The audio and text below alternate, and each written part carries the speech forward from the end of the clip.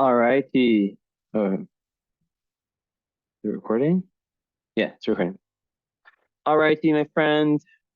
Coming to you live from my bedroom because my girlfriend said I was making too much noise. So I look kind of red. Whatever. I ran a marathon today.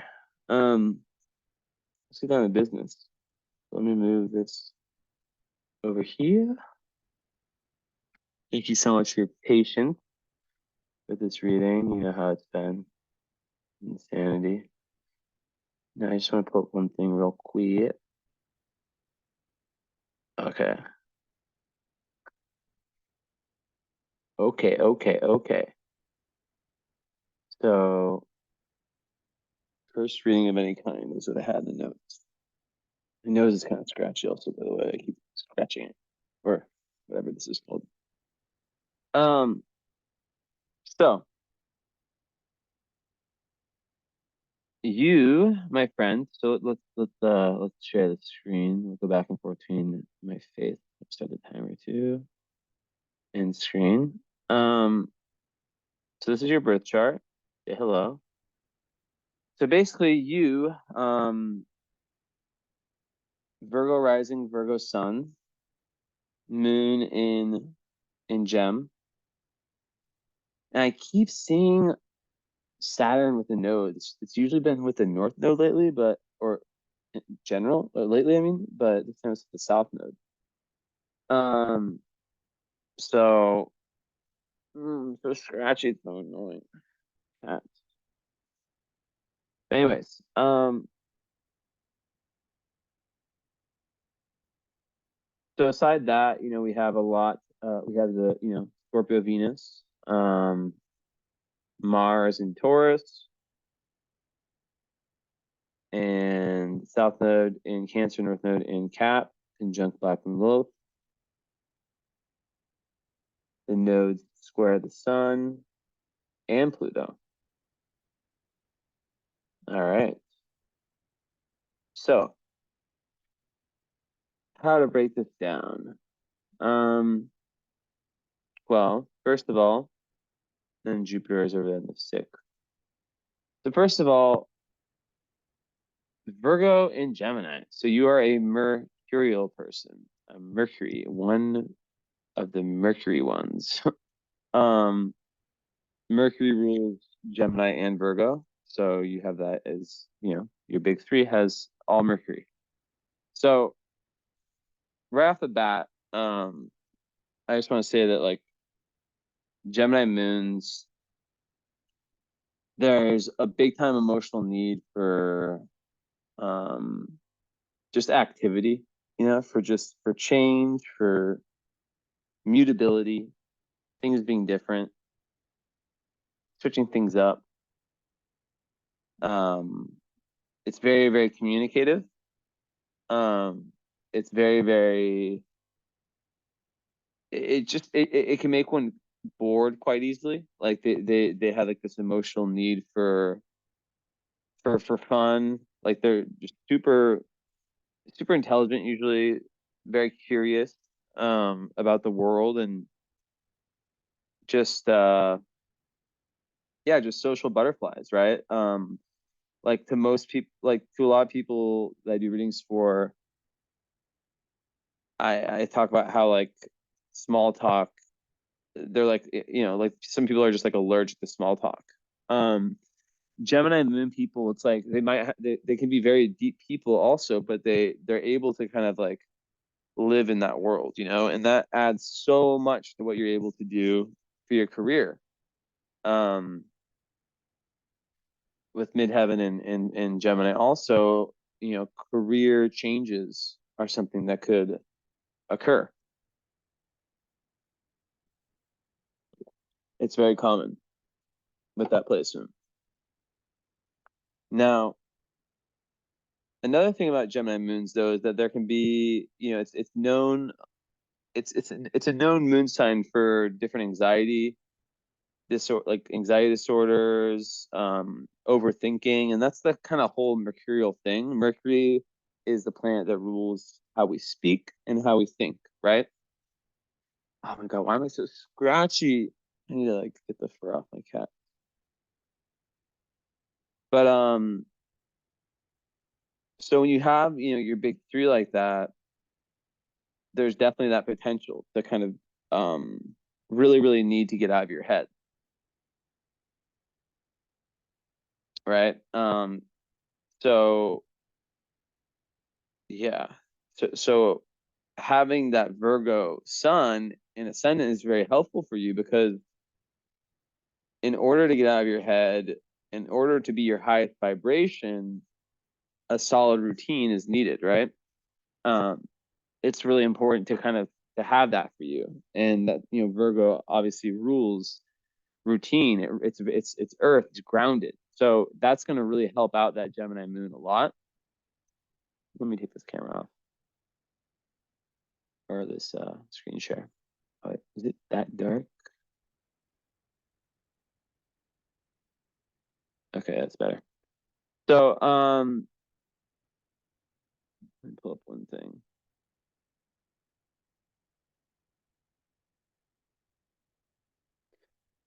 Yeah, so the Gemini moon people definitely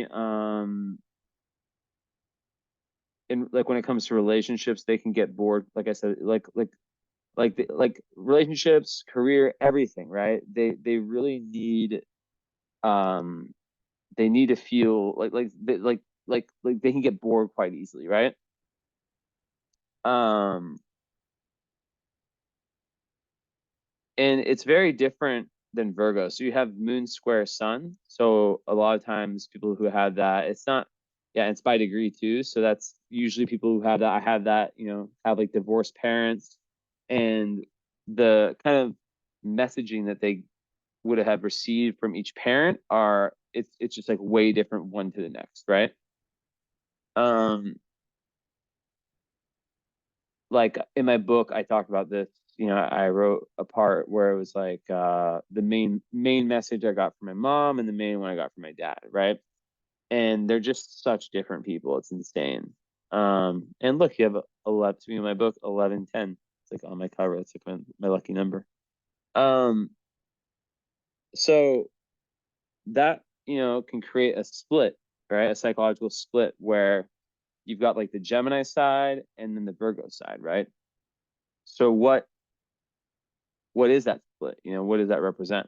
Um, well, let's see, any big aspects? Not really. 24. No, no. Yeah, the only big aspect is that one, and also conjunction.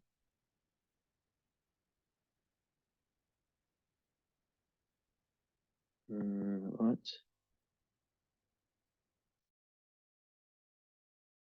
Hmm. Yeah, okay.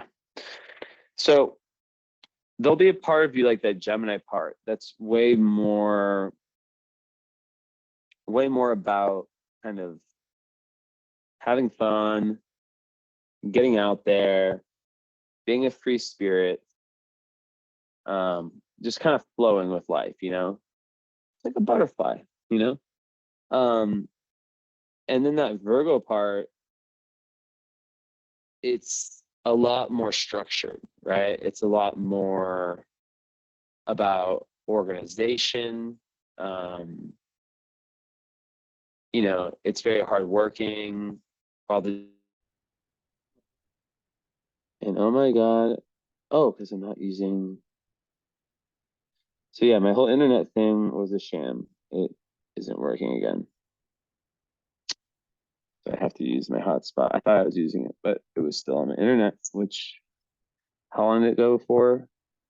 8 minutes. So yeah, it's exactly how it was, which is crazy. I can't believe it worked yesterday and then just today it doesn't. Makes me sad. But yeah, so the Gemini part, or I mean the Virgo part, a lot more practical, logical. Um, So it's, with Sun square Moon, it's good for success because it kind of it creates this tension and puts like a chip on your shoulder where you're like you want to you want to really like prove yourself to the world, right? Like very warrior archetype-y. Um,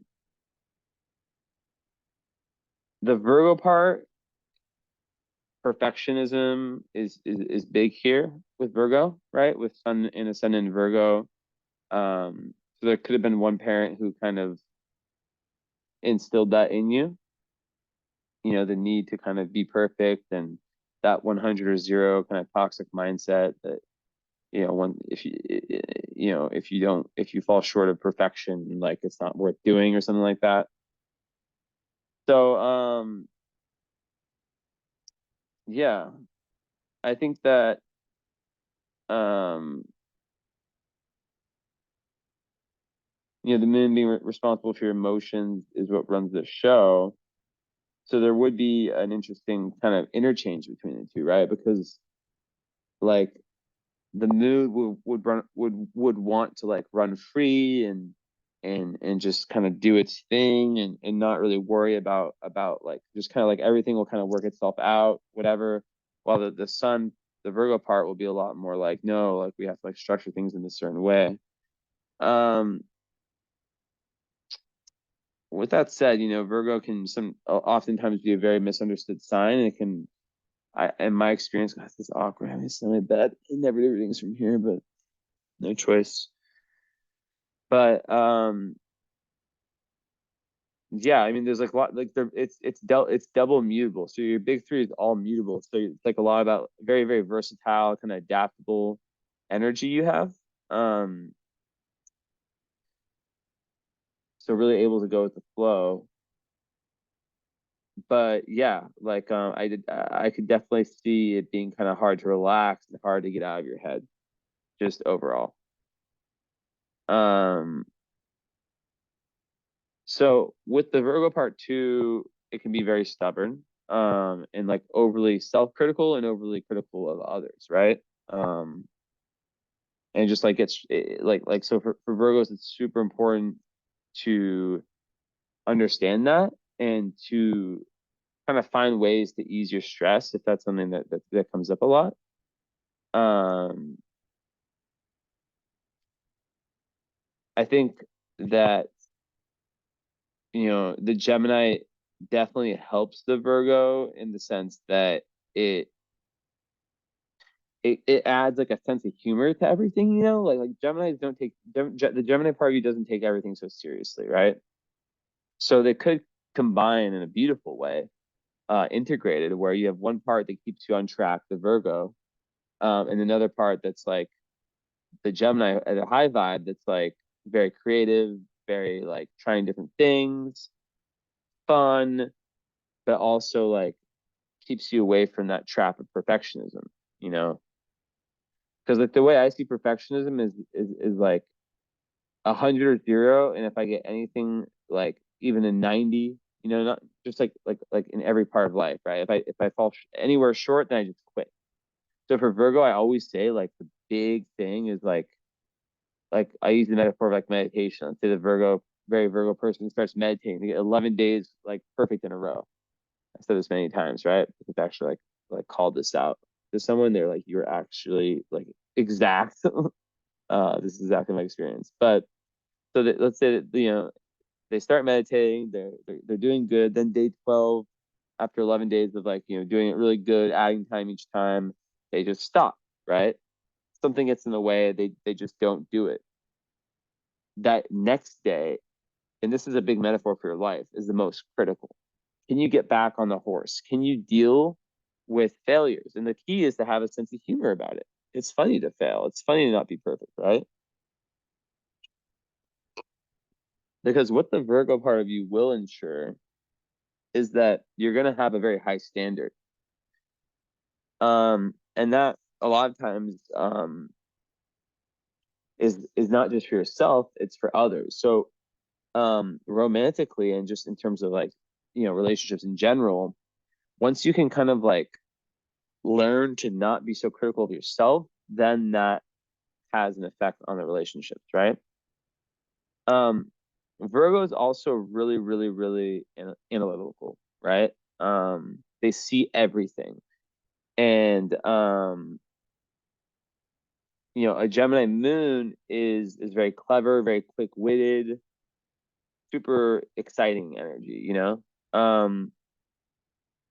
so you would do really well in any area of life that involves those things, right? That involves like kind of this zestiness. I don't know, that's what came to me of Gemini moon, but with the need to still be solid, right? So having Earth rising, Earth sun, it kind of makes it so like the Gemini by itself, if you're like all Gemini, like it's very hard to kind of be that consistent person day after day. You're just very up and down. But with Virgo, it is very possible. So the Virgo people tend to kind of have that consistency where they can wake up and it's not that big of a variation of like who they are. So that's really, really good. And they can have like this natural balance to them. They're very nurturing, all that stuff. So because you're Mercurial, you're very, very smart, very, very, good at problem solving. The thing with a lot of people who have this is like to get out of the way of their intuitions, to like not be too overly logical and to kind of like combine logic and intuition in a good way. But you definitely have the gift of gab. You're an incredible communicator, super intellectual, inventive. And I think with the Gemini adding to the Virgo, it adds that kind of like that creative spark to the Virgo, which can be not all the time, but sometimes can be a little bit by the book, right? So and yeah, and also the Gemini moon is like very changeable based on like the environment. Like it's kind of like Pisces in that sense, where it can be like very chameleon like, and kind of very adaptable to where it is. So and they tend to like they tend to be quite extroverted. Like they tend to get a lot of their energy from like other people. That doesn't mean that they can't be an introvert, but yeah, like there's this emotional need to like remain like mentally active throughout their lives, right?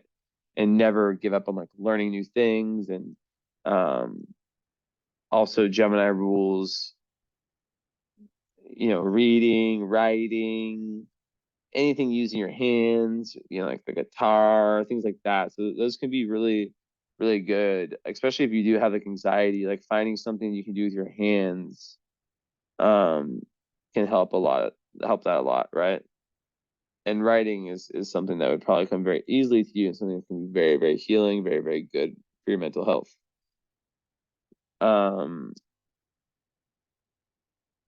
Yeah. I think one thing I've noticed about Virgo Sun, Gemini Moon is that they're usually quite talkative, very like curious about other people's opinions and very inquisitive. Very good learners and listeners. And good people to just talk to.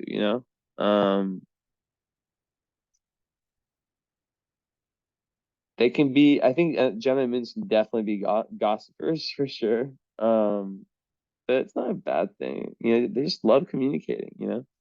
Um,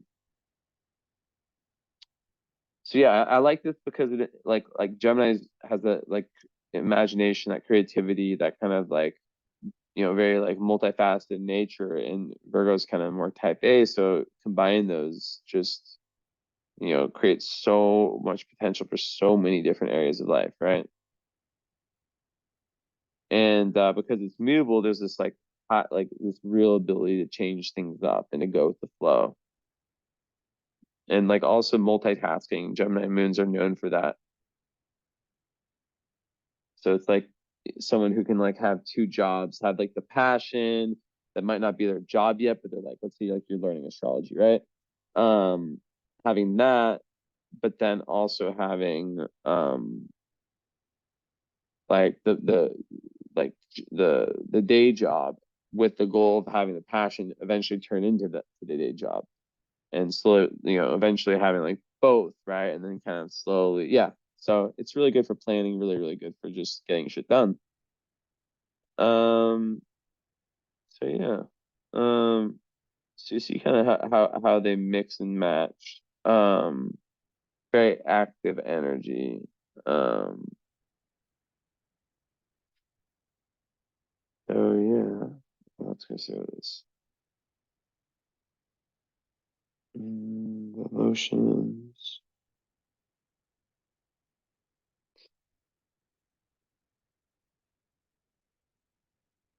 So I find Virgo is very pragmatic.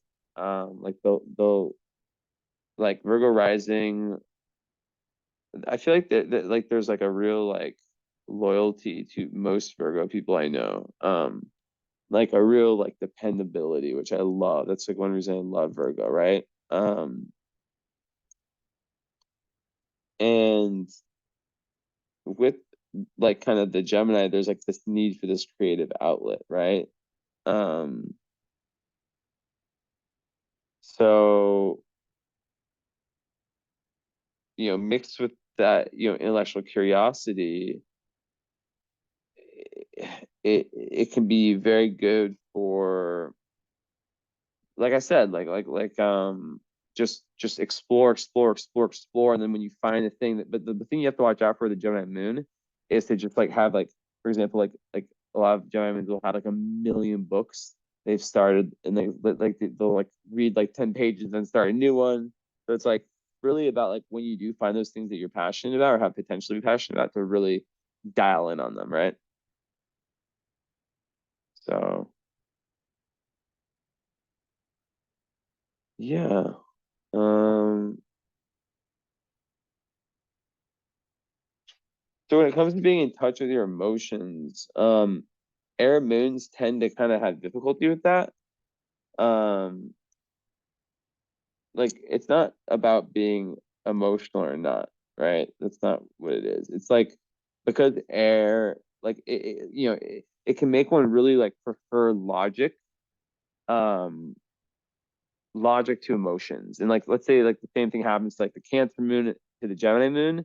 The Cancer moon cries about it right away, gets it out. The Gemini moon might not like feel it until, or like integrate it to like 6 months later or something.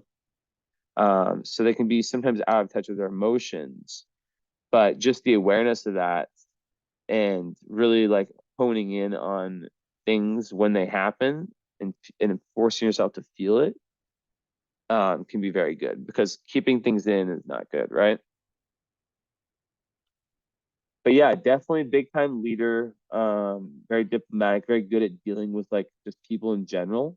Um, So, and just super, yeah, great analyzer. The Virgo rising is a great analyzer, like especially like physically observant, like notices all the small things. And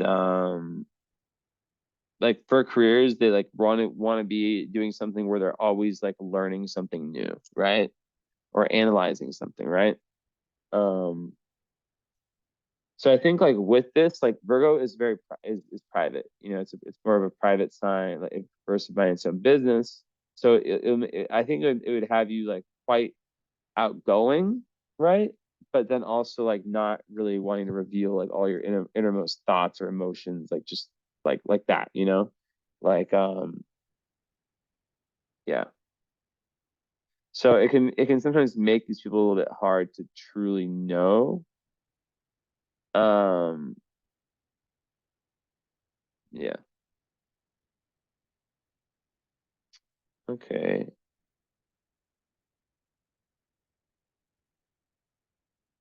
Mm,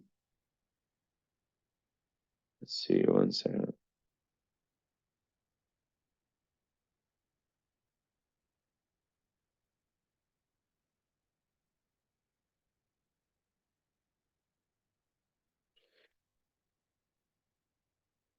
Yeah, I think that okay, also like I think that this creates someone who's very attractive energetically. Um Like people just tend to like them,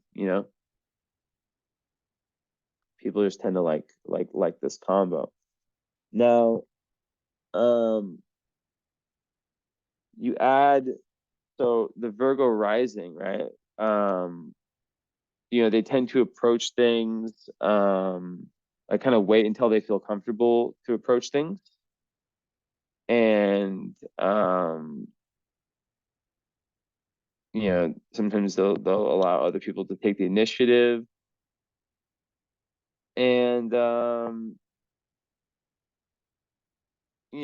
who definitely is, accomplishing their goals. Like they can set goals and accomplish them over the long term and be very, very consistent at them. And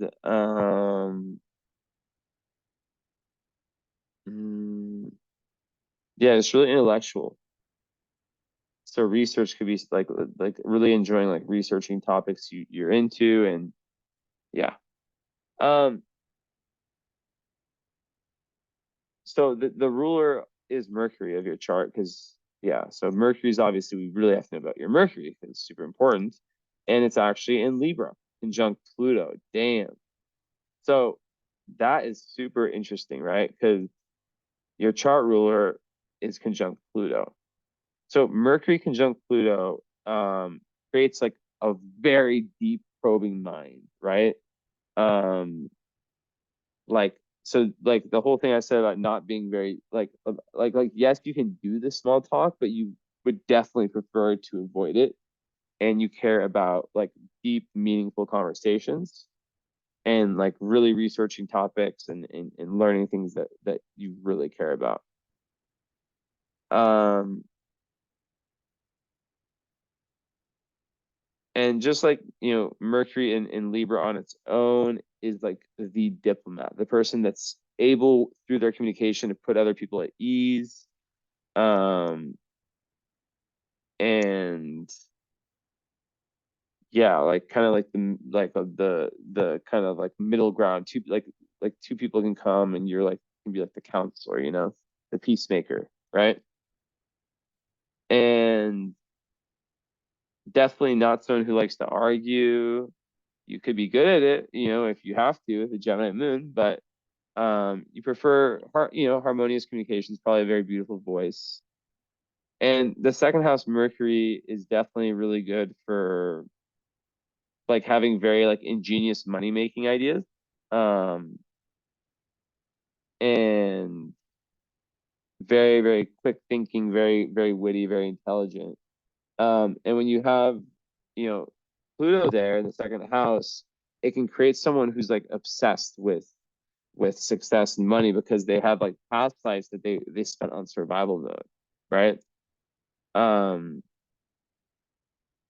so with the hierarchy of needs, when you've had past lives where you were in survival mode, um, you can make lots of money in this life, but still it's never enough, right?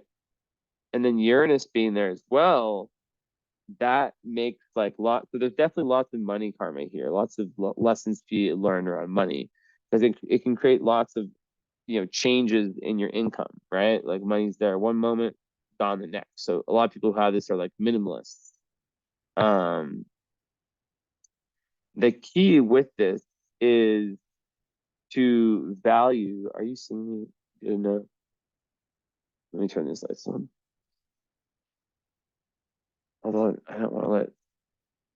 Let's close this for now then. Let's try out some fresh air in my room, but these lights are still light. Anyways, I think they like get brighter, like slowly brighten up. Um, so where was I? Why is this here?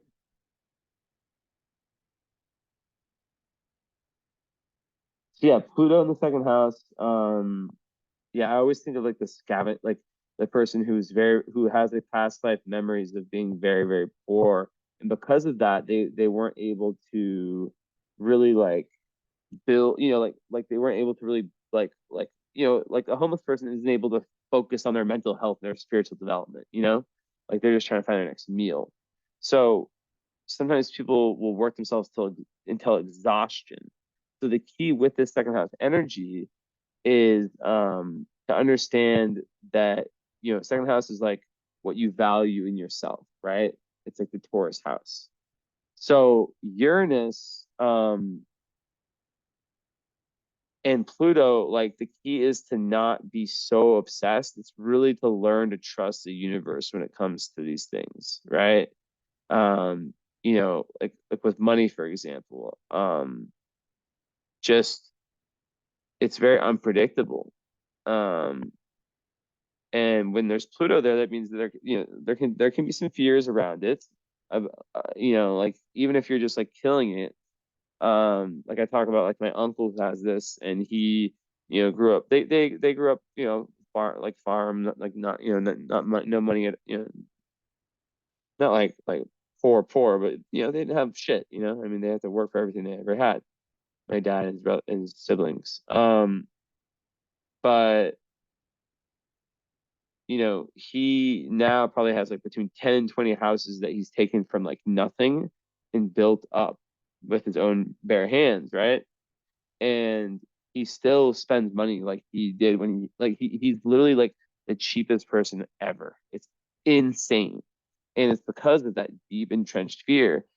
And you know, he's got to be like, you know, 60 or 50, the late 50s, and he just like still, you know, goes to the store and looks for like the you know, the deal, still lives in that same house he's always lived in when he could easily live somewhere better.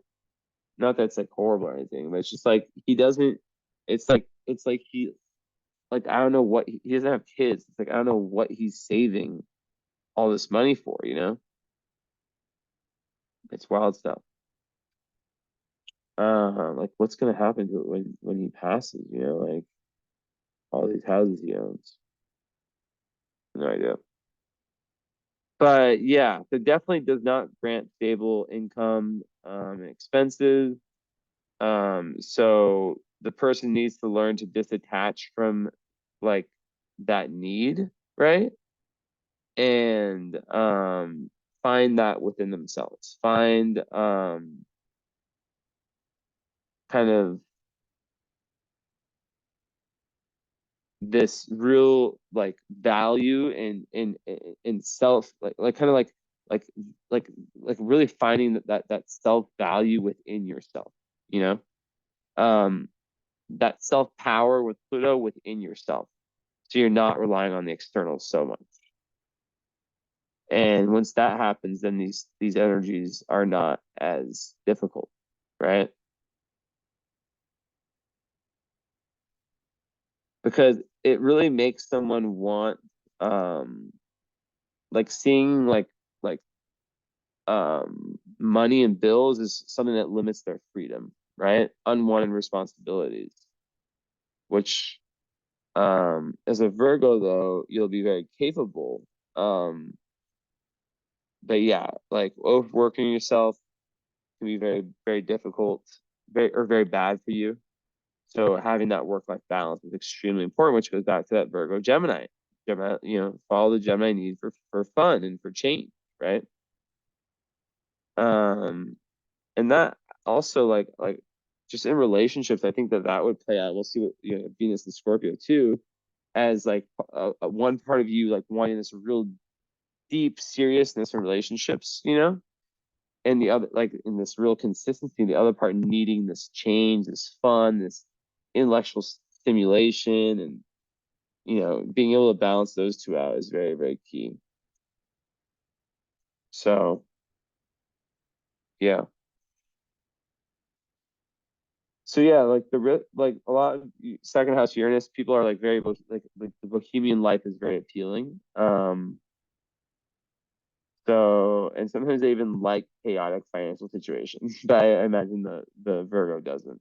Um, but just like really enjoying the goals, like having lots of freedom when it comes to finances, you know, and not like being controlled in any way. So, yeah. So Venus in Scorpio, right? It is in the third. and it is doing an opposition with Mars and square Jupiter. So that's a T-square, which exits in Leo in the 12th. Interesting. So the Venus-Mars opposition, Mars is in Taurus, Venus is in Scorpio. That's about like a struggle to balance, like with like a struggle in relation to balancing your own needs and the needs of your partners in relationships, right? So it's like it goes with what I was saying before, right? Like kind of between closeness and freedom, like adventure and being very close to your partner. So it's really about finding the balance between the two, or finding an individual that fits that. Yeah, because yeah, Venus and Scorpio in the third house is, Scorpio obviously is a very, very deep sign. So it's like Venus and Scorpio people, they have they can have a very intense kind of energy when it comes to relationships. Like they're looking for like soulmate, and that can be a lot for some people, right? Like someone to truly like be like connected with, like on the deepest level. Um, so it can create quite a serious kind of attitude towards relationships. Um, and also create very intense in themselves relationships that can be filled with drama. Now, a key here is if there is like any abandonment issues, there can be lots of fear of abandonment in relationships with this, um, which can lead to like some of the lower Scorpio energies, of like manipulating different power games to kind of hold on to things. But it's very sexual too, super sexual. So lots of sexual intensity, like really wanting that deep, really intimate sex. Um, Making love would be a better way of saying it, right? And without that kind of like emotional and sexual intensity, um, you'll probably be like, I'm out, like, because that's like what's so vital to it. Um, and with like love also, your descendant is in Pisces, so you'll be interested in like Pisces energy in the sense of like that spiritual kind of like Neptunian, very, very romantic. You are very, very romantic. And Juno being in Sag on the IC conjunct Ceres means that you really your ideal mate has it's me, I'm joking, the Pisces side. But they definitely have like this element of expansion to them. They might be from a different culture, but at the same time, like, so they're open-minded, they're full of wisdom, all that. But then Ceres is conjunct it, so it's like, they're very, very like grounding, and it's in the fourth house. So it's like they're like you feel nurtured when you're given this information, this wisdom, and you have like shared values, and you're able to kind of be like a teacher, like you would like someone who doesn't, like, for example, like you're very spiritual, who doesn't push that away. They don't have to be like super into astrology or anything like that, but like at least they respect that you're doing it, and they're curious to kind of learn more, you know what I mean, and listen to you. Or if they're spiritual themselves, to have these deep conversations with you. Um, and yeah, being on the fourth house cusp, it's like kind of someone who's also a homebody, who's like, I know I said you're extrovert, but you also, um, you know, like in relationships, you like that expansion, but also that comfort, and probably someone that you could like start a family with. Um,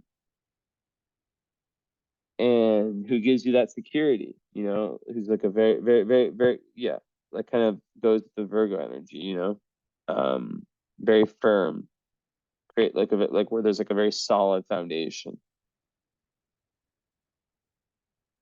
So yeah, and like sharing the home. So like someone who kind of has like your fourth house ruled by Sag, so you probably like large spaces, and you probably like really, really like to learn from your home. So that could be really good also in relationships and just in general for you as a person. And yeah, Juno and Sag, they like to have people with common belief systems or overall visions, you know, people who are their kind of like exploration buddies in life, like they're adventure partners. Um, like whether that's like literally traveling or like metaphorically through like philosophy and learning. And you feel very nurtured by that Sagittarius energy, by that kind of anything is possible energy, by experiencing different cultures, by wisdom, and you nurture others by teaching them as well, by providing like a sense of adventure and by giving freedom. And that's another thing, is that you'll really like a partner that will, there's that closeness, but then there's also that need for freedom. Gemini moons need freedom. Series, the Sag Juno needs freedom. So you'll really feel cared for when you're allowed to kind of like explore, um and still individuate, right? Because you have a first house sun, so individuate within the relationship. um so yeah, also fourth house Sirius can have like a very, very strong attachment to their mother, and just like their home in general, and their, if you have kids, your kids. North and fifth house, there could be some real karma um around your kids, or if you have kids. But yeah, the first house sign, I didn't really talk about that much at all. um it just means that like self-expression is super important for you in this lifetime. And if you look at your south node, in Cancer in 11th, that's someone who's very, very um there for others and has that kind of tendency to kind of like have that mothering instinct. So you haven't done, like, it's like okay for you to be selfish in this lifetime a little bit, right? um like, and to have freedom and to do things that make you happy. um so like you've done a lot of that, like considering other people's, like, you know positions, and like how they feel about things. And it's really important for you to do you in this life, um so yeah, like really relying on your own experiences rather than like advice, and just trying things, like kind of trial and error is super important. um and yeah, it's just a very powerful, very good placement. First house sun, usually it adds a lot of assertiveness to you for sure. A lot of kind of independence and action orientedness, even though you lack fire in your chart. That makes up for that a lot.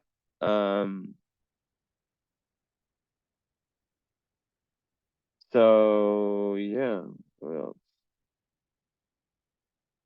I think first house suns are usually very confident. That's another thing I noticed. Yeah, having an angular sun like that, really good for having like lots of energy and really impacting, like, your environment.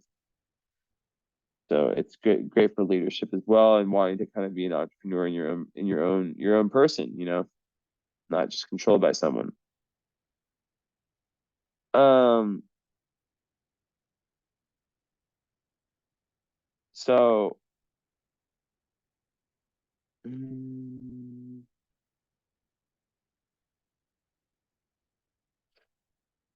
it trines Jupiter, so that kind of makes you like a lucky person, like a happy-go-lucky, very popular, very easy to get along with.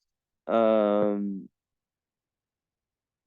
you kind of just attract the comforts in life, but you have to watch out for like like the potential for being like a little bit like self-indulgent slash lazy. That's just like one thing to watch out for with the Jupiter there. But then Jupiter also, yeah, it squares your Venus. So I'll talk about that a little bit.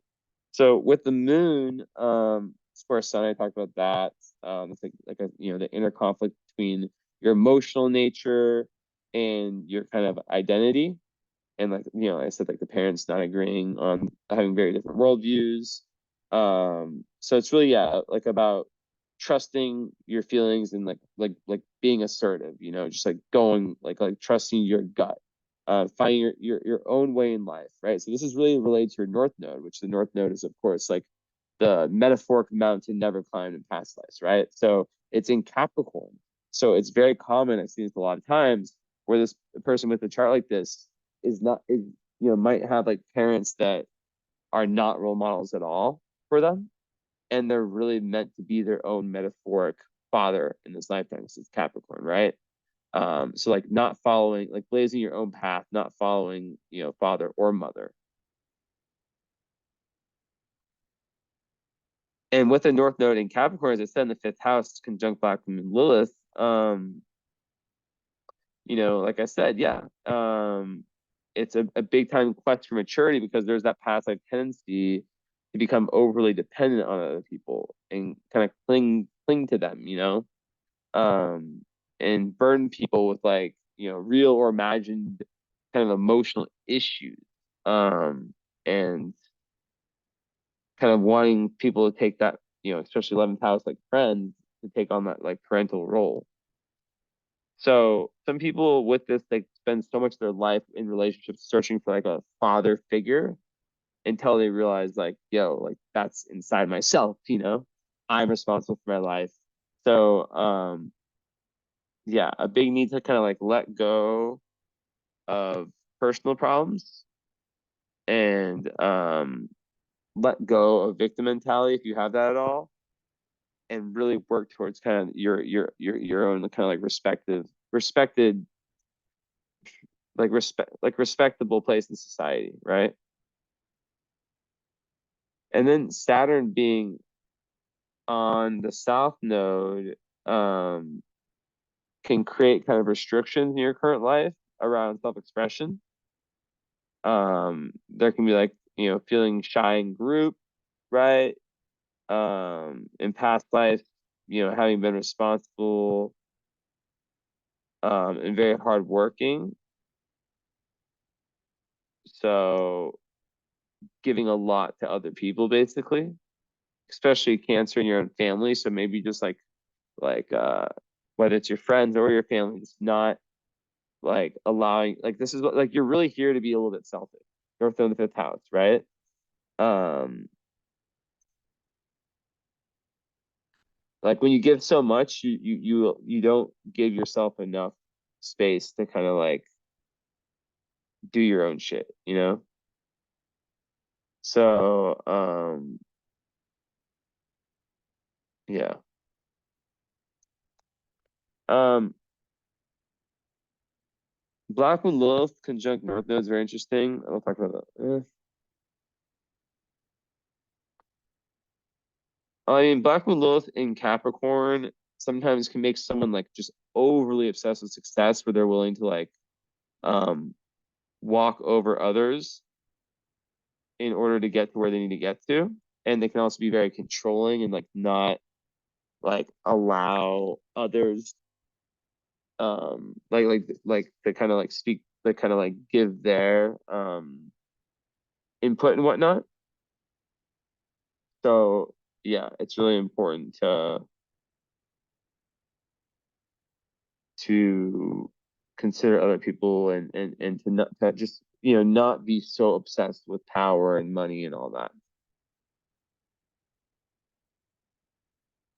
So yeah.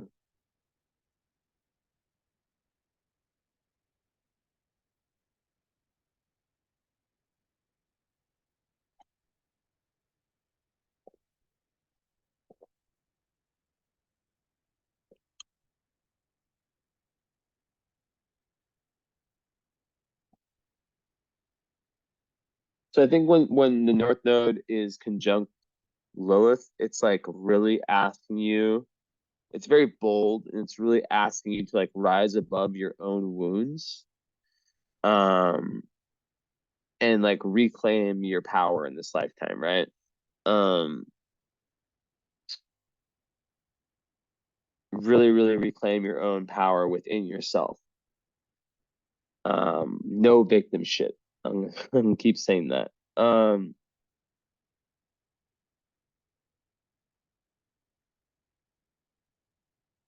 second.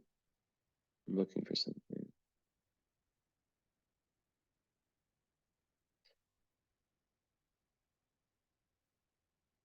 And like there's this real like desire to like express your deeper desires and passions freely.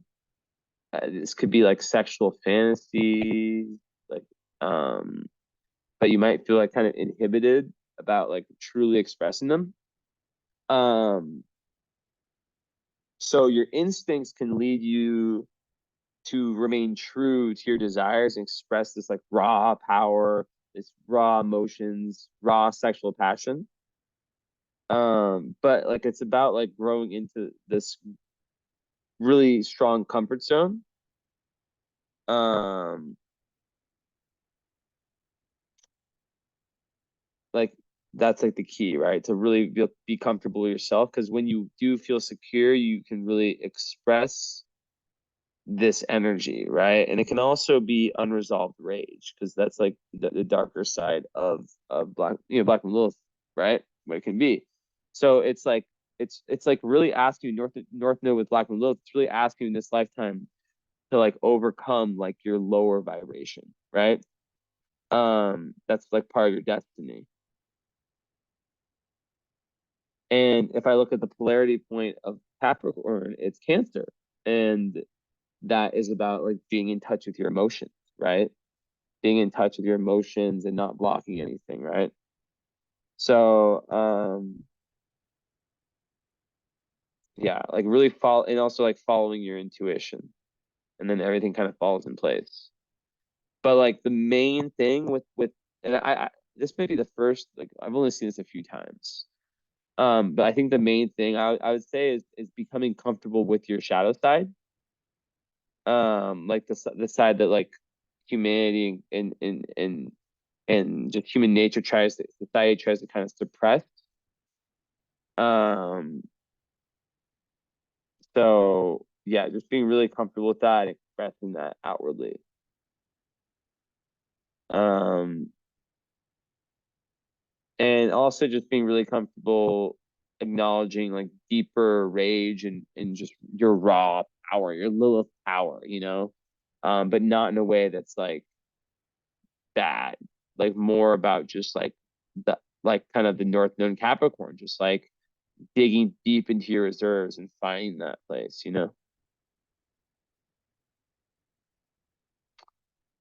So let's see here.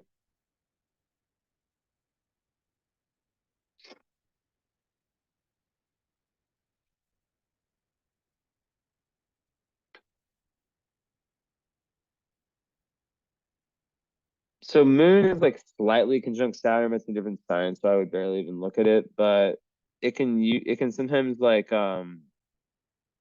be like a lack of warmth and affection from the mother, um, which can kind of make it like difficult, like to make one like shy and lack in self confidence. But it's like in a different sign, and it's like a very far orb.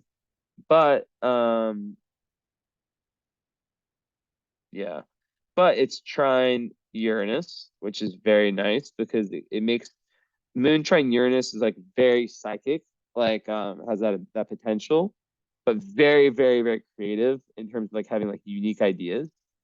And like just having like an unconventional approach to life and being able to express yourself in an unconventional way, but not in a way that like kind of pisses people off, like like being like unconventional, but still like people like respecting you for it. Um, and just really like emotionally like really enjoying freedom, um, and being able to express like your individuality in a way that's very nice. So Yeah. Can make you attracted to like kind of like interesting hobbies too. Um, let's see, yeah, so Pluto's on the sun, conjunct the sun and conjunct Mercury, or we talked about the Mercury one. Yeah, so like yeah, yeah, just like any topic that interests you, you can just go full on. With Sun in Mercury or in Pluto, that makes someone just super intense, you know. They are in different signs, but still, you know, it counts. And it gives a lot of real personal power. Um, it can definitely add some flames that Venus like in Scorpio kind of like adds Scorpio vibes, like kind of like that kind of obsessive potential, but like you can channel that and just be like use that to become obsessed in things that are healthy, right? Whether it's like working out, you know, your work, learning anything, you can just do it. And that is so important because you lack fire. And when you lack fire, you can sometimes lack that ability to just be like, I'm gonna start this right now, just because I like it. Boom. And then suddenly you start something and then you just keep going. You have that real follow through with the Virgo, but the difficulty is finding that fire to start it, you know? So like the first house sun and this will really help. Um, first house sun conjunct Pluto. Um, no, yeah, I think also, so yeah, so it makes your life like transformation, death, rebirth, transformation being like a key factor in your life. Also, I think it makes it easier for you to get rid of unwanted energies and unwanted people. Um, some people have this like they have to battle, and they the real lesson is they have to really learn power, and they might at one stage in their life like have been like power obsessed, especially if they had like unresolved issues, where they felt disempowered. They might like externally try to find it, but then it's when they really find that true power lies within that things kind of take on a whole new level. Um, yeah. So the T square with the Venus is interesting. Also, the Venus trines Saturn, so that's really, really, really good. That so people who have that, they are very loyal partners. Even the Gemini moon, definitely. Um, yes, and plus Scorpio Venus is so loyal, so whatever. Yeah, just very dependable, like stable as a partner, like someone who's like who is not here to fuck around, you know? And it's like the glue that allows the relationship to stick together. Um, so yeah, it's also really, really good for forming strong, long-lasting business partnerships. So it's very strong, and it's just good for money in general. Venus is money. Saturn, you know, trining it is giving you the ability to save money and to be smart with your money. Um, so the T square, so the square, first of all, we talked about the opposition of Mars. The square Jupiter and Venus, that's like the best square in astrology, you know. The only thing is once again watching out for being self-indulgent and self-centered. Um, and like being too obsessed with like the fun side of life, right?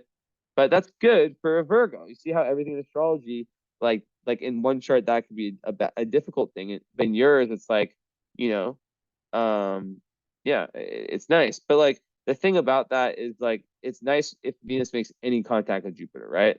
But just like when the going gets tough, like losing interest, in whether it's relationships or just like studying something or whatever it is, you know, and then wandering off to greener pastures. Um, so just knowing that potential and just sticking things through, but you do have, you know, this Sun and Pluto and this Mercury and Pluto, which gives you that determination to stick with things, and your Virgo. So see, it all has to connect. Um, so yeah, the T square it resolves in where I say it was Leo 12th house. So basically like if you put these all together, it's like um you know so it is a fixed T-square, so those are the tough ones. I think the main component of it is, and also yeah, Mars square Jupiter, which how the hell is that? Does it show it? If it doesn't, it's wild. Wow, my program is stuck. How does it not show it?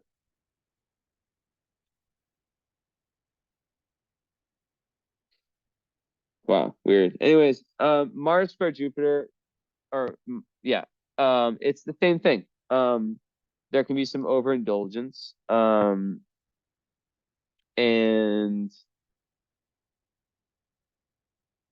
you know, it's not a bad one. It's usually a positive influence that gives like lots of energy and enthusiasm, also sexual attractiveness, and courage too, and like high energy. It's like a high energy, um, but there's a need to to be safe, like to not take too many risks. It can make someone kind of take too many. When you have lots of Jupiter squares, it's like you're the kind of person that like takes too many risks. So it's good you have some of these other energies that are less like that. So yeah, like the balance between like bravado and caution needs to be found. Um, but then also being too conservative would waste like the talents that come with it, right? Because it can make someone quite impulsive. Um, it can make someone quite impulsive, um, and like initiator. So the world, like so and that's like a leader, and the world needs people like that, right? So it's just about picking the risks you want to take wisely and taking, yeah. Um, yeah, but not doing stupid risks, like physical ones, like jumping out of a building or something. I don't know. That was a bad example, but you know what I mean. Yeah, just like also like being too forward in like social situations is that potential. But I feel like you have that unlocked as a double Virgo. Um, so the resolution there, so like we'll talk about the Mars and Taurus first, then we'll talk about that P square. So Mars and Taurus, very good for success. It's in the ninth house, so it makes you really want to adds that like more of that Sag energy, like really wanting to like explore higher truth. Like a lot of my clients have Mars in the ninth house. Just like really Mars is like where your assertiveness function is. So in the ninth house, that's the area of life about your visions, what where my camera go? Your not vision, but it's about your beliefs, it's about like what right?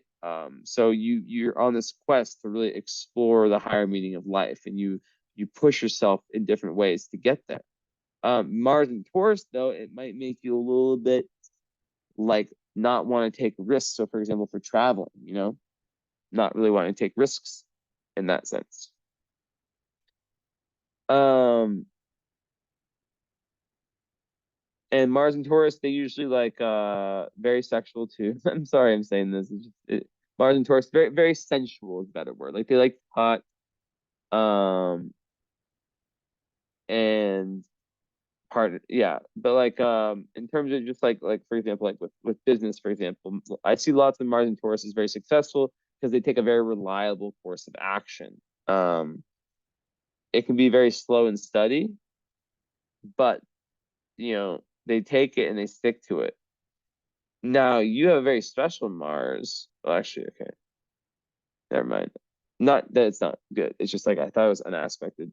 It's I forgot the opposition with Venus. But yeah. So also Mars and Taurus can be very stubborn if opposed. Like they kind of have and especially as a Virgo, you know, yeah, it trines your ascendant, which is very nice. So that kind of adds more. So you know, like I said, you're missing this fire in your chart, but like this Mars trine ascendant adds that, right? So you have these different things that these different parts of your chart that add to the fire you're lacking. Because yeah, Mars trine ascendant makes one very strong-willed, very independent, and very good at inspiring other people. So yeah. And it's good for self-esteem also, you know, and not really like needing other people to reaffirm your worth, like really being able to find it within. And usually people with Mars trine ascendant are or were athletes, like sports, or maybe they even like doing sports or working out, or just competition in general. And very, very strong willpower and courage, especially physically. So like you'd be like a great runner, um, you know, whatever it is, basketball player, I don't know. And just the ability to be like direct, but like in a sort of like, but in a non-threatening way, especially with your Libra, you know, you're very chill, like Libra, Mercury. Um, and it's like a very no nonsense to have Mars trine ascendant, and people tend to find these people very attractive, very sexy, usually. Um, like sex symbol type vibes, right? Because the person's confident in themselves. Like they don't need approval. They just do what they do. Um, and live life on their terms, you know, very independent. So yeah, that is also really, yeah, it's really making up the lack of fire. Um, and you know, like just being once again having a lot of energy and enthusiasm for anything you're interested in. Just go into things, right? And not, you know, afraid to make the first move in different situations, right? And honestly, like a lot of times I see this in lots of athletes charts, like just very physically strong, and very competitive, which is also like in the world of business as well. And very entrepreneurial, but like still able to get on well with the team, but like yeah, being very versatile in that sense. You can work but really a leader. This is like an aspect of a leader. Um, and it's like this really amazing rare ability to like be like somewhat confrontational but not start fight, you know, like super diplomat energy. So that's really cool. So yeah, so the Mars and Taurus just needs to like, especially when it comes to like traveling and learning, just like take the risks, you know, take the risks. And yeah, like they're very stable. It's very good for money because Taurus money, you know, Mars goes towards the money. So just not, once again, not being obsessed with like the earthly possessions. Like of course you'll probably like them, you know. I do too, but not having that be like the everything, you know? And just like engaging the senses, you know, the physical senses. Um And people with this, like they're really good at like having long-term goals and like set with the Virgo setting the steps to achieve them. Um, and I think it really helps that Gemini moon not start too many projects at once, you know. And they have their system, like I said, and it gets it done. So yeah. Um, yeah, very immovable. Like just not, so this is like a, but this is good for you because you have very mutable. So this is part of your chart that's like, you know, like when you decide it's not like when you decide you're set, like you're very open-minded, but this adds this like fixed kind of like quality to you. Like when you really decide on something that's very true to you, you can just completely carry through for the long term. So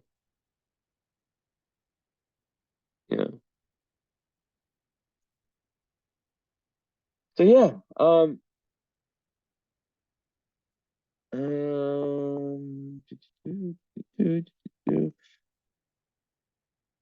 so okay, so you have, I'll be right back. But like Neptune on the IC is interesting because people who have this they're born dreamers. They have to kind of like make sure that they don't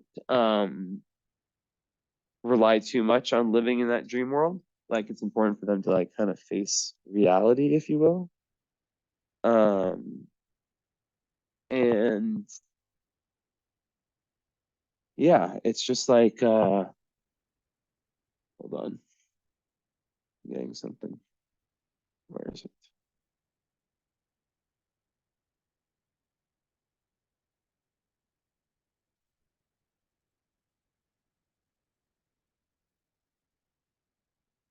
Okay. So yeah, very good with like come on, Felix. Come in, Felix. Fine, don't come in. Yeah, very good when it comes to like being this like natural dreamer. But like a lot of times people with this, like when they're children, like sometimes they like their childhood can be very confusing, right? It can like they can like look back on it and just like have lots of confusion around what really happened. Um, so it's important for them to like for example, they might like over idealize like their childhood when really it wasn't that good, or the opposite, you know. Let me check something really quick.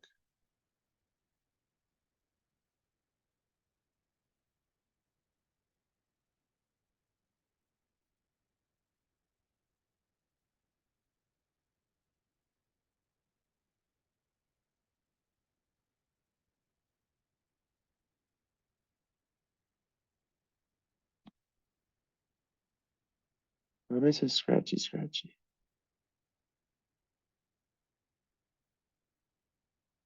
Hold on.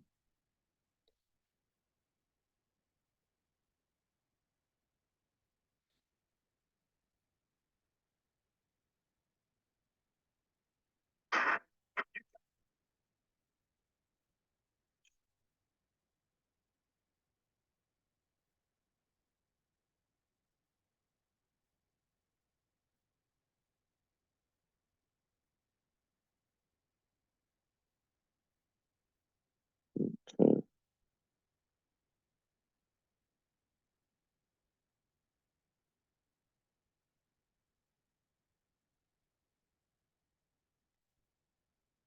Yeah, so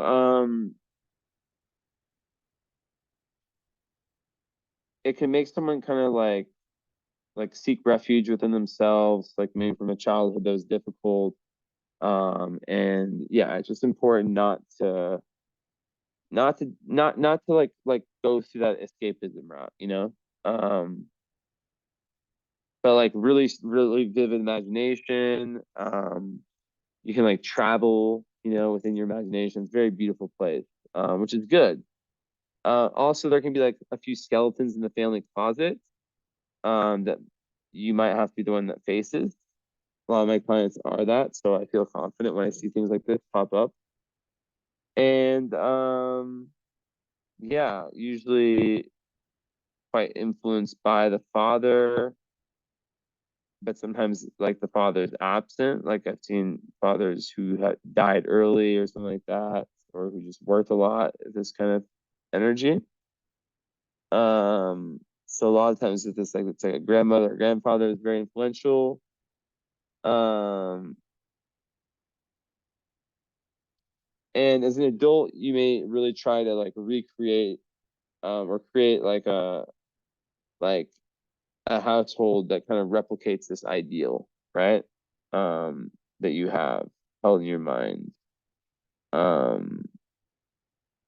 which, you know, in most cases was absent when you were a child, right? So yeah,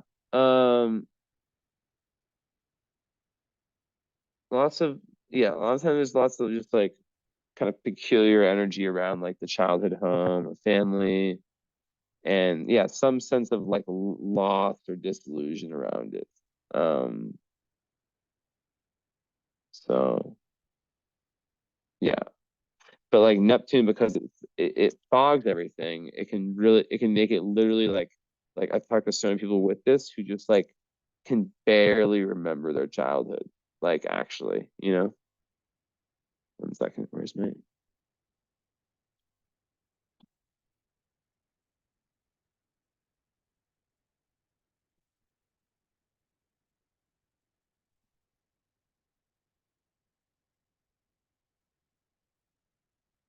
oh my god, it's right here. Hold on, that's the old thing. So yeah, um, living near water super important if you can, or just like water in general, baths, like you get lots of intuitions, right? And just like yeah, large places, you know, large whether it's a large apartment block or, you know, a house with large ceilings, like that kind of energy, right? And very possible that like your career choice is like reflected by something spiritual or creative or, you know, artistic. So yeah, I just see it as like a need to kind of like look back into the childhood. And so wow, so you have Pluto square nodes and Sun square nodes. Okay. Talk about that, talk about that. So Jupiter in the sixth, in Aquarius, you know, that makes you very humanitarian, very giving, very much about service. And the sixth, it does the same thing. It makes you really want to help other people, and it's very beneficial for your daily routine and for if you work if you work like a job, it's really good luck for that, right? And for what it's one of the best things in all astrology for your health. So especially as a Virgo, I imagine you're very self health conscious. And I haven't looked at a photo of you. I've just seen your thumbnail, and to be honest, like, and I haven't looked at it. I do that on purpose with everyone, but to see like you look amazing, like you look absolutely amazing. Um, like I would have expected you to be like, you know, 10 years younger. It's very impressive, but yeah. So you obviously take really good care of yourself, which is very high vibe. Um, Virgo, and then Jupiter in the sixth house, you know, you probably have like your health down. And yeah, so it gives lots of luck, lots of expansion in your daily life and luck with like employees and also pets. And Vertex is there too. So like just being able to like get a lot from your pet. 1 second.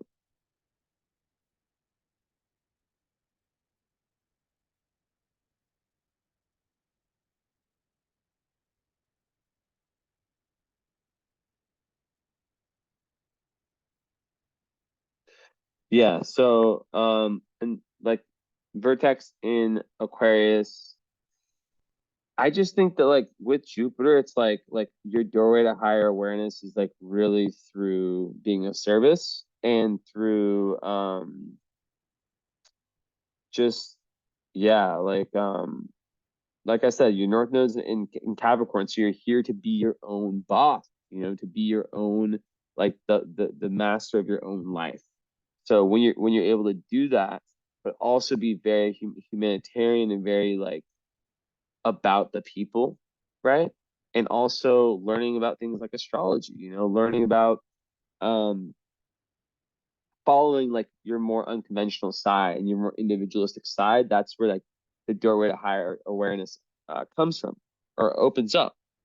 And in relationships, you would be definitely like like someone who's a giver, who does things, who's very, very, very, very like, generous, and also who gives and needs lots of freedom, and very serviceable. Like likes to kind of like your love language may be, you may have several. One may be touch, and closeness. Another one may be by like how you help the person grow and grow with the person. Um so Chiron in the eighth, interesting, in Aries. This is something I see a lot with clients, or this type of placement, right? So eighth house Chiron people, I'm not gonna lie, they're usually freaks in the sheets, but sometimes they can have some trauma in the sexual area, not always. Um, but it could just be like feeling inadequate sexually. Um, and also like just feeling very like sensitive to like the suffering of other people and like the painful undercurrents around you, but like being able to use that to become like a very intuitive healer. You can heal through your intuition, just sense things about people, when something's off with someone. Chiron and Aries, usually like, so this might relate to your parents. They feel like their power was kind of taken away. So sometimes it can be like a physical, like getting hit or some type of trauma like that. But like, yeah, like kind of like their sense of being and personal power kind of being violated. And which leads them like fearing like asserting themselves. So like that's a big, big lesson, is like, and it comes through your study of the esoteric and the depth, and learning more about yourself and this awareness, like just like this reading, um, being able to overcome that. But some people overcompensate by like, just trying to be the best and having to be first at everything. So yeah, but it's also like very, very pioneering in terms of you as a healer. Um, or it's, yeah, very, does that make sense? Like it can make you a very pioneering, it can make you like the type of healer that's very inventive and pioneering. That's the sentence I was looking for. Um, so yeah. So I was gonna say how the T square revolves, the whole love one. Because like, basically like you can definitely, and just like also with spending, like like yes, through there's a trine from Saturn with Venus, there's a square from Jupiter. So sometimes that can be someone who just spends too much and is reckless with that. And Mars too. So the key is 12th house Leo, which is all about inner child work, and really going deep within yourself, deep within like the family karma, deep within all that spiritual world, or deep in that spiritual realm slash world, right? Um, but having this real sense of like individualism, like really, really like you are yourself, not following any societal molds. And that's kind of how a lot of the T square is resolved. But also Saturn, obviously it's trining the Venus, and with the Mars,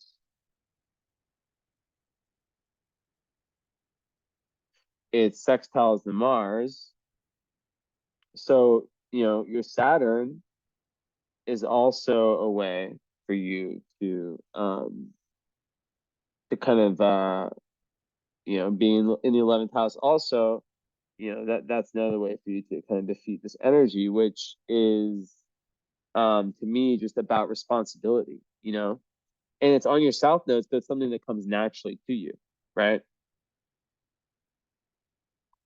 But yeah, past lives where you felt restricted, where you felt, you know, maybe within your own family, like you couldn't be yourself, which could be mimicked in this lifetime.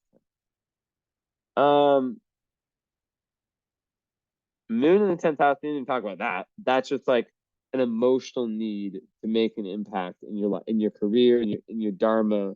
Like 10th house moon people, like they care a lot about the impact that they're making on society. Say it simple, right? Um, so yeah, they really have this, yeah, this emotional need to succeed. And I see that all over your chart. And it's 24 degrees, which means, oh, and your midheaven's conjunct Aldebaran. Fuck. So that's a wealth star. That's one of the best stars in astrology. And to have on your midheaven is fucking insane. And it's within 1 degree. That's so nice. Less than a degree. Wow. Look at that in a sec. Um, so yeah, Vesta plus the Regulus, 12th house. That just makes you like very committed to the spiritual path. Um,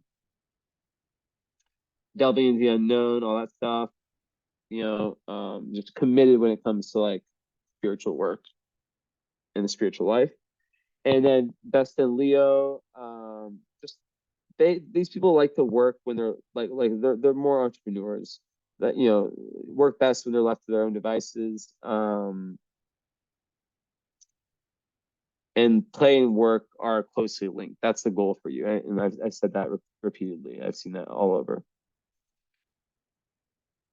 Okay. So then Palace, which is kind of like the third eye, is in Scorpio. That just makes you super, super, you know, super like, once again, a deep, deep probing mind, super intuitive that wants to get to the bottom of things, like ruthless in your pursuit of like the truth, which with your chart ruling Mercury conjunct Pluto, that is you. You are an investigator, the detective, a psychologist. And Pallas in the third is a great indicator of intelligence. Someone who's eager to acquire knowledge of all sorts. The Gemini moon is so curious about so many different things. Um, yeah, and really good communication skills. And like I said, like your second house, Mercury, just really, really good creative ideas, of all sorts.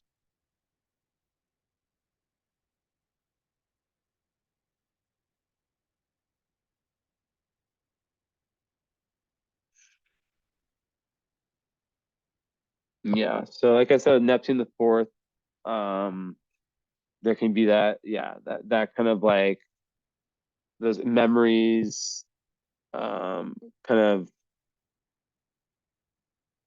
yeah, either like better or worse than it really was of childhood. Um, so I need to really like zoom in, look at that really truthfully and integrate it.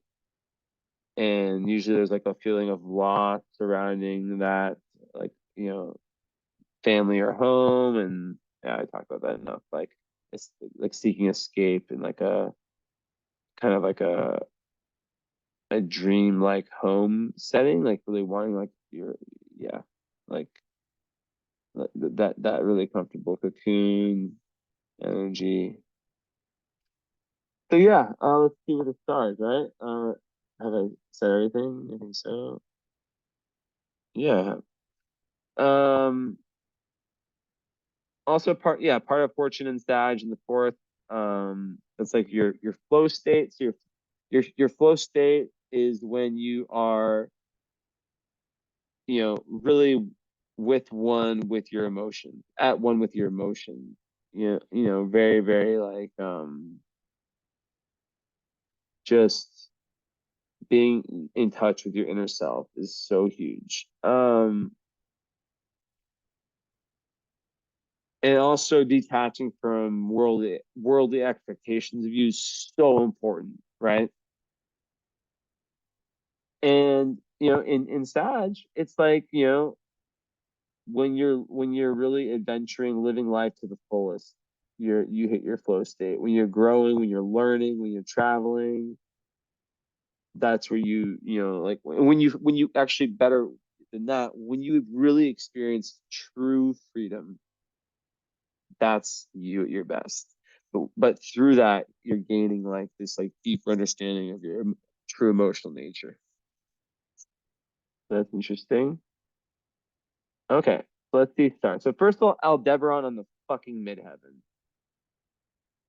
My famous friend. I mean, that is something that can give fame. It can give great success. 1000%.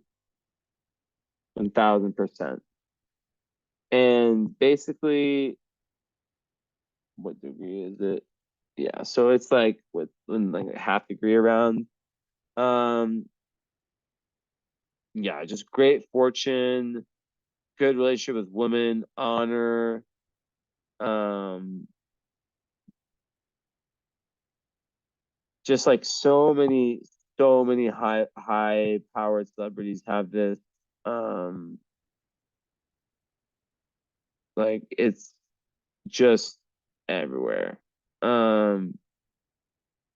And just great success overall. Whatever you do, you'll have great success. It's Archangel Michael, right? It's one of the four real stars. Um,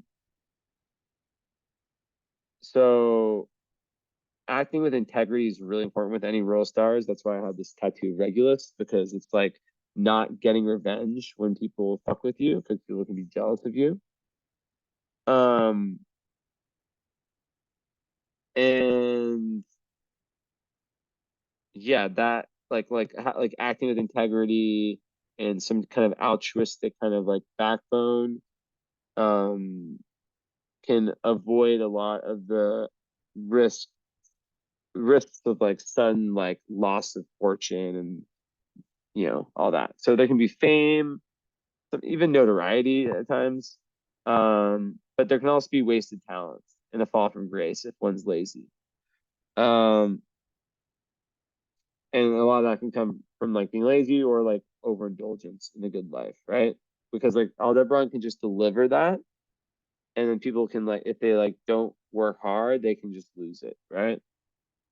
But yeah, it gives lots of charm, and I wish I had this on my midheaven, because midheaven's how you're seen on social media, so you'd be seen as like a star. Um, yeah, just like art, yeah, very artistic. Um, yeah, but yeah, just the need to like avoid becoming complacent is so key.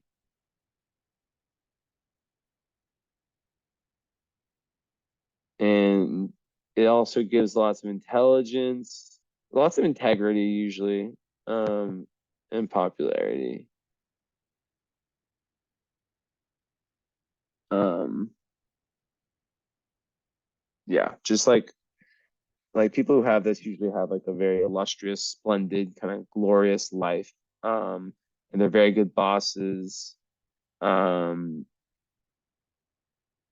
and yeah, they a lot of times they come from rich families, not always, but or they may marry rich. It's just like it's very good for money. Um, okay, what else? I'm doing a long ass reading for you, am I not? I thought I wow. Oh, 133. I was expecting to be like way longer. I'm trying to keep them like 115, 120, but for you, definitely going over because I love you so much. I'm in love with you. Joking, but I do love you. That is very real. It's so real. No, it is real. I do love you. Um, you have okay, Altair on. Okay, I'm gonna get all of them in my head, then look at like go into each one. So Altair on Jupiter. Um, your ascendant has, so Altair is like all about leadership, right? It's very powerful. It's a very powerful leadership, and it's also good for wealth. So to have that on your Jupiter means that that expands it, right? It's very confident and also very bold and very good for wealth. So yeah, Jupiter there.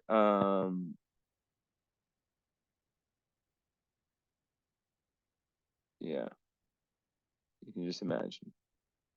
Sirche on your ascendant and also Zazma. Ooh, interesting. So Zazma is one of the truth seeking, like ones like I had 3 stars linked to like astrology from ancient astrology. Zazma, Hydra, and the Nebula. So you have Zazma, and yeah, so that kind of makes you like a truth seeker, someone that wants to go beneath the surface, as I've kind of hinted at many times. Um, and Sirche is a witch asteroid, and it's rising. So you look and are a witch. Um, so that's really cool. It's really the goddess of sorcery, and it has like lots of magical abilities, right? Um, so to have that rising, it's like you're a magical person, right? Um, so sometimes like yeah, it creates a very powerful woman, you know? Um, someone who can tap into sorcery more easily than others and just magic in general, like especially with herbs and potions, right? And you're a Virgo, which is earth magic. So I hope that you're like into herbs and stuff. And I hope that you, if not, that you like start to kind of like mess with alchemy because you'd be so good at it. Um, so that's cool. Let's see what else here.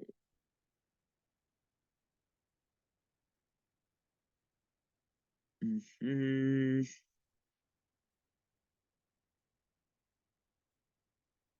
If I start my computer, eyes are becoming red because it's so bright. Why did I not turn this brightness down?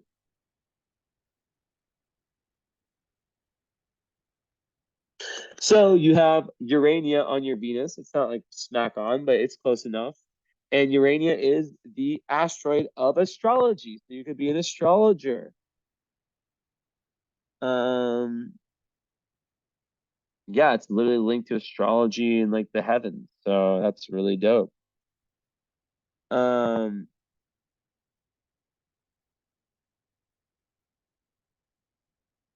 mhm. Antares on the IC. I've never known how to like talk about that, but all I can say to you is that that just means that you have, you know, another royal star present in your chart. And even Spica is close to your Uranus. Like, I don't know what I would make of that either, to be honest. But Spica is like not a royal star, but it is a like it might as well be one. It's probably like the, you know, it's the best star outside of the like 4 royals, and you could even put it in that category. Um, let me see if there's any info on Uranus conjunct Spica. It says mediumistic, popular business connected with ornaments, gained through marriage, fortunate. Wow. And then it says sudden natural death, which is awesome. How I want to go out. Where your chart go?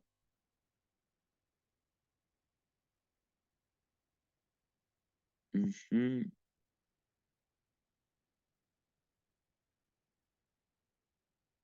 Did this just shut off?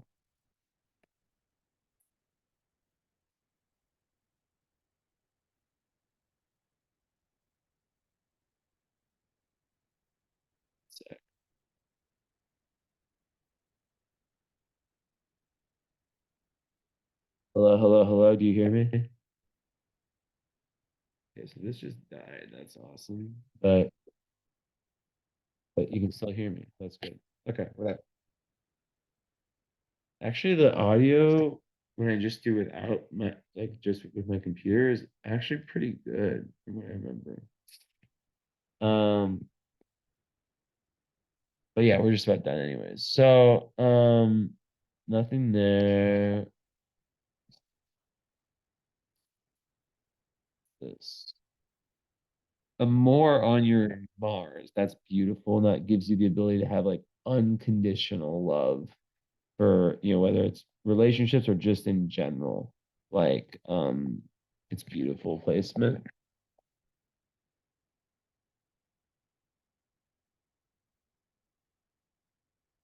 Okay. The moon, anything?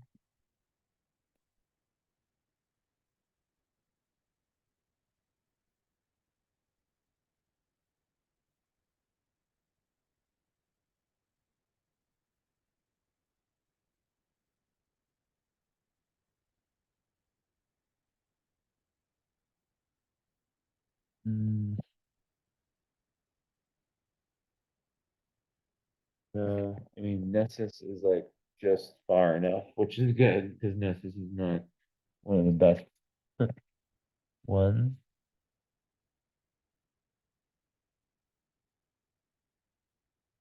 Okay, I'm really going above and beyond for you, my friendly friend.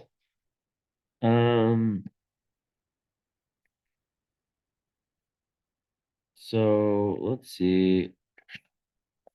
I think I've looked for Antares and IC before, and I just couldn't find anything. But like overall, like I think that it just would give you this. It just a royal star on the IC. It's super important. So it's another potential for fame and just like people knowing who you are and just great success. Here, did I find it? I found it. Okay, so on the nadir, it says a splendid and illustrious life. Wow, look at you. Glorious, mighty, and commanding nature, fame, busy with many activities, bountiful resources, well known or feared in cities and regions. Don't take that one. Some of these are old. Prosperity in old age or through savings, investments, or pensions. Death will be famous and known to all. Damn, girl. And how close is it though?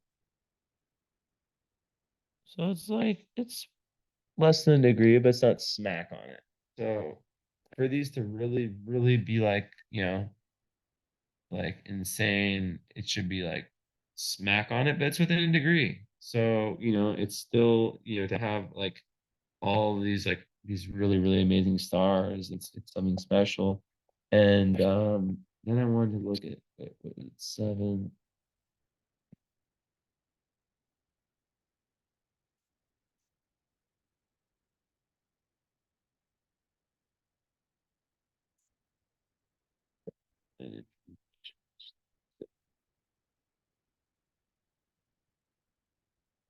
Uh,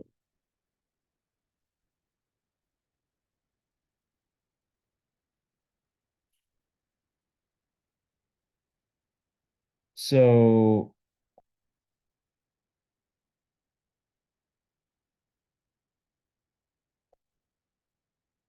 yeah, I just think that like having a more on your Mars just gives you like just this amazing ability to just like love, fall in love, um, and have unconditional love, you know? But also it can be idealized love over, so like watching out for that too. But like it makes someone who like really believes in the notion of true love and like is searching for that soulmate, and that's like with that Scorpio Venus, right? So um from that perspective, it makes sense with the rest of your chart. Um,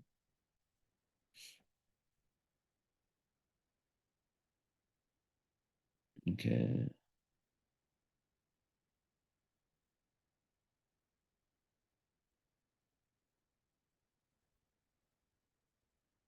I think what it does also is that once there's like a level of you like want like just it's such a giving person, like unconditionally too.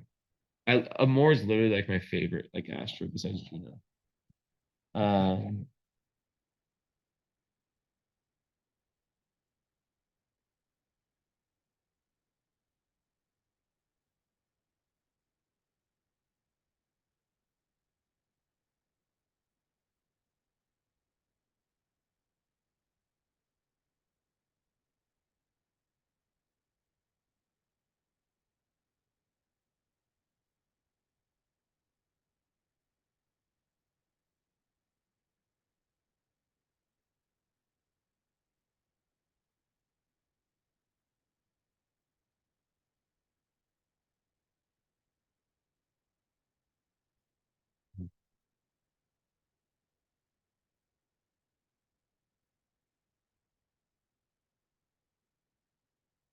yeah.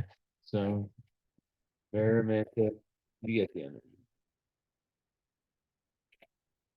Anyways, my friend, that is it. I hope you enjoyed. So I'll probably talk to you about this. Did you book the just I don't know. Did you let me check? I feel like you did. I also don't fucking maybe I never even told you about like what happens next. Typically. Not like forcefully, but what really everyone does.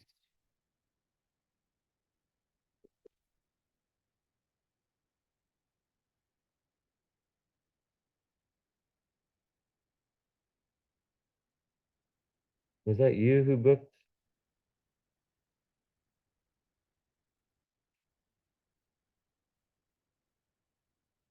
I just heard Jennifer Current. No, but I would have moved you up from the list. Or did I?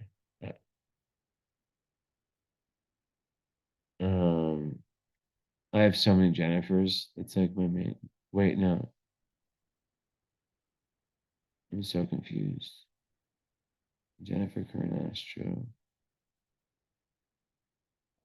Are you listed? So that must have been you. That was you, wasn't it? I think I remember billing you for a different one. So if you didn't, I'm pretty sure it was you. It had to have been you. If it wasn't, if you didn't book the current astrology slash spiritual alignment reading to add to the follow up, let me know. If you did, which I think you did, unless it was a different Jennifer, um, I would have called you Jen. Message me about it and I'll tell you about it. All right. Thank you so much. Ciao, ciao, ciao. Much love. Bye. Voice cracks.